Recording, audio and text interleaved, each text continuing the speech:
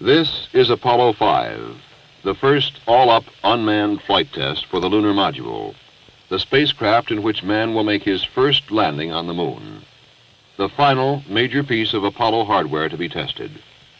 Now the lunar module, dubbed LM-1, sits in its protective technological cocoon atop the tested and proven Saturn 1B launch vehicle, waiting for the boost into the environment for which it was designed, space.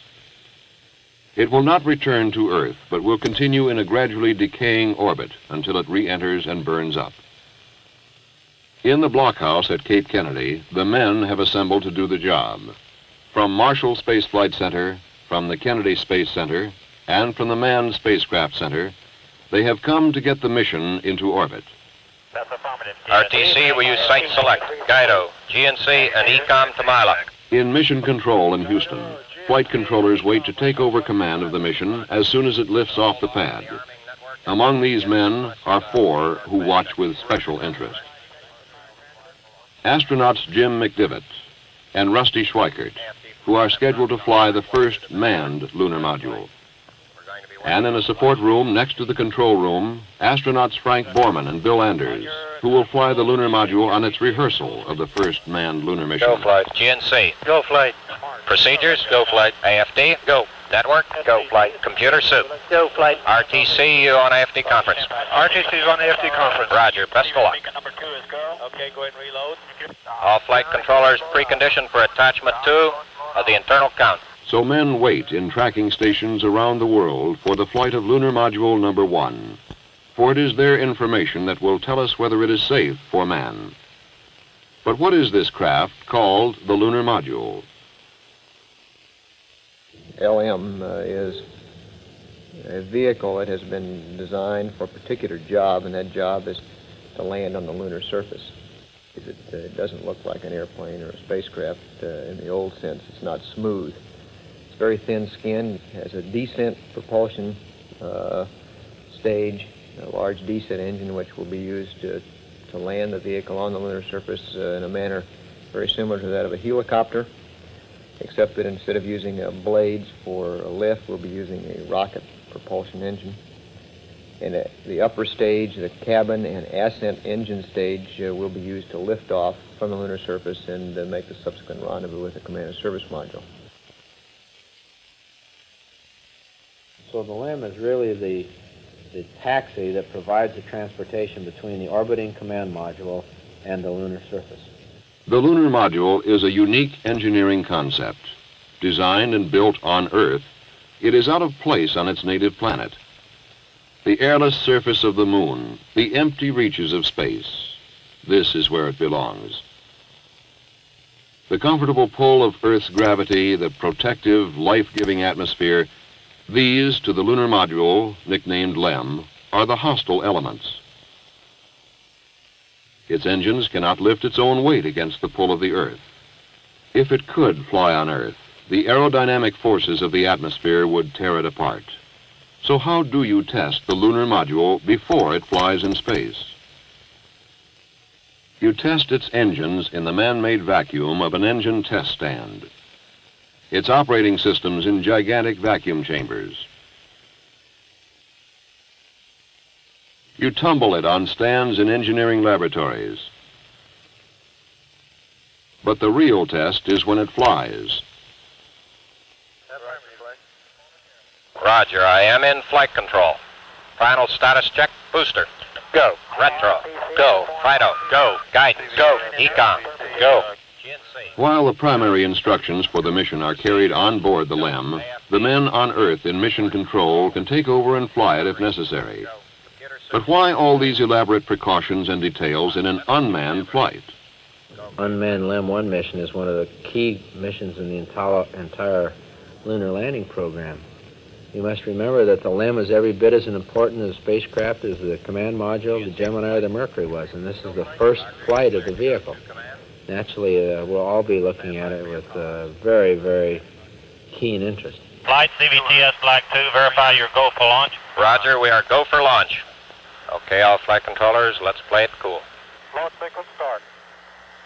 15, 14, 13, 12, 11, 10, 8, 7, 6, 5, 4, 3, ignition detected.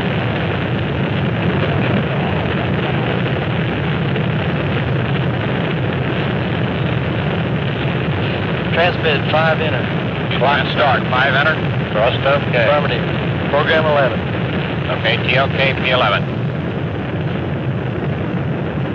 Roll pitch start. Roll and pitch. Go on IP. Go IP.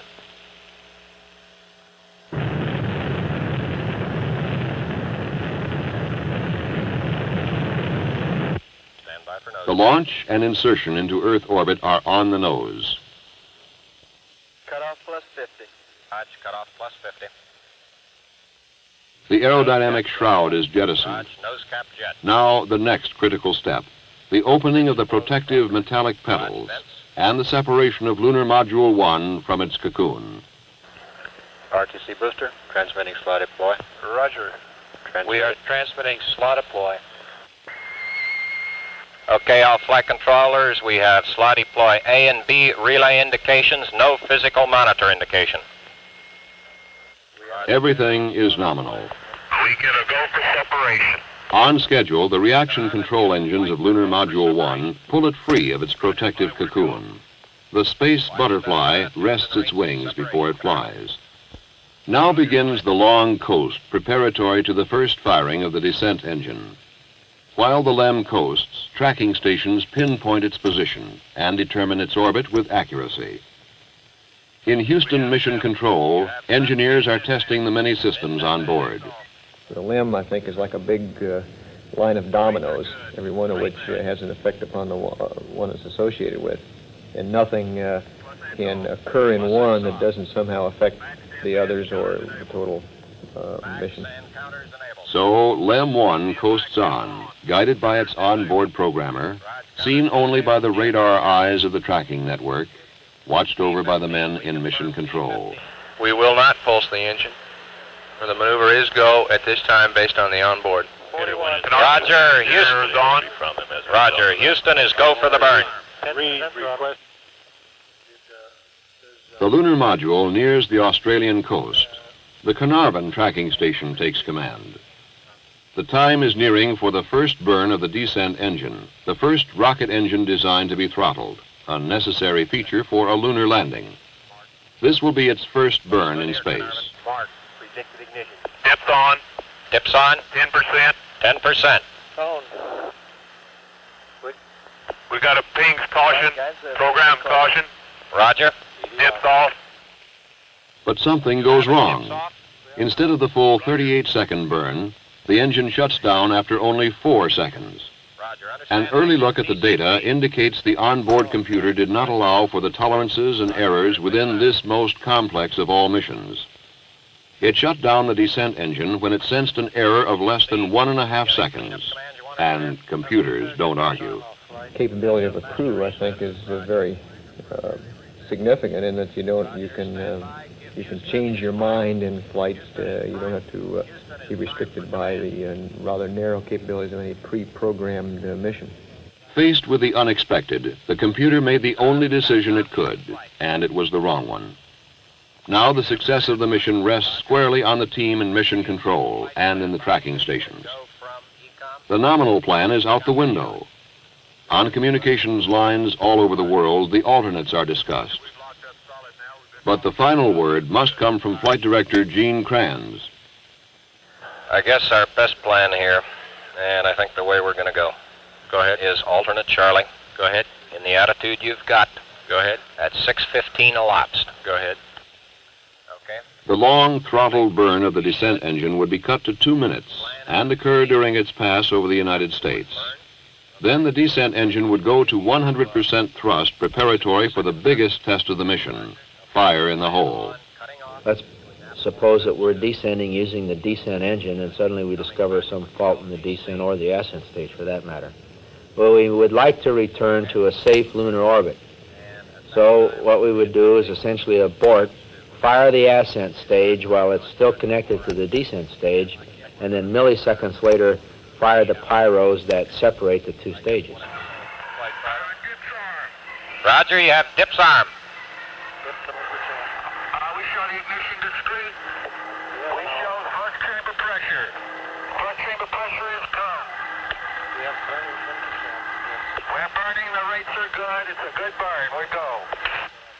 Over California now, up and down the power scale. The first rocket engine capable of controlled variations of its propulsion force is passing the test. This is the time of maximum stress on the lunar module and on the men, flight controllers, astronauts, and engineers, to whom Lunar Module 1 represents years of their professional lives. And now there is another factor. A second test for the ascent stage is a burn to depletion of its propellant. This was to come one orbit after fire in the hole to test the restart capability of the engine. Now, if it looks critical, this burn will be combined with fire in the hole. Max thrust. Raj. Watch stage. Staging. Raj, staging. Apps on. They're burning Okay, apps. let's watch this. We got 60 seconds. Let's make a good go here. Flight fighter, we're looking at White Sands track. It is good. It's solid. We're go. The burn is good. Lunar Module 1 is performing fantastically well as a spacecraft. The shutdown order is given after 60 seconds of ascent burn. Now it is time for the burn to depletion. However, as the lunar module continues its flight, the Earth has rotated under it until it has moved nearly off the tracking range. LAM 1 will now pass over only one station, Hawaii, that can give the new and accurate information its computer needs, and can command the engine to restart. It looks like on the coming pass, Hawaii will send the update, and on the next, send the command signal. But now another problem crops up. Flight, we're going to run out of RCS and B here the way we're going. Okay, Jack, let's stay cool. Because of the new mode of flight, the Attitude rockets are running low on propellant. It looks as though these small but critical engines may not last for 2 more orbits. But an update of orbit information shows that Lunar Module 1 will just pass within range of the Carnarvon station, whose range has been extended by the addition of the tracking ship Coastal Sentry Quebec, CSQ. Flight Director Kranz makes his decision. Update at Carnarvon and fire at Hawaii. It's go for the burn. Guidance from flight, we're having a lot of dropouts. Roger, flight. ECOM, let them know when he's clear to command again. Go. But the pass over Carnarvon is too short. The full update does not get to the lunar module, including an instruction that would have drained some of the propellant from the ascent engine tanks into the tanks of the Attitude rockets. Without this propellant, it is doubtful if the final ascent burn can be ignited. Now it gets tight. Tank pressure is just enough. It has to be this orbit. The flight team is under the gun. Kranz's plan is time critical. The rest of the information will be sent up early during the Hawaii pass. After a quick guidance check, the ascent propulsion system will be fired. The signal to ignite the engine is PRA 5. You have clock and compare pulses. That's negative, flight. We got a spacecraft reject on that. We don't show any clock compare pulses, flight. Retransmit. Guidance execute PRA start. It's go. The burn works. And at shutdown, it holds. All systems are still operating as expected, beyond what was expected. It's been a tremendous test of the engine, and that's what it was all about. Do you want me to stand by here? Negative, you've done it all, and good work, Gary. Beautiful job. Throughout the flight of Apollo 5, the lunar module had performed magnificently. All systems operated either as predicted or far exceeded the predictions. The inability of an onboard computer to cope with a programming error was overcome by the infinitely more flexible mind of man. Hundreds of additional commands sent from Earth put the lunar module through a demanding real-time test.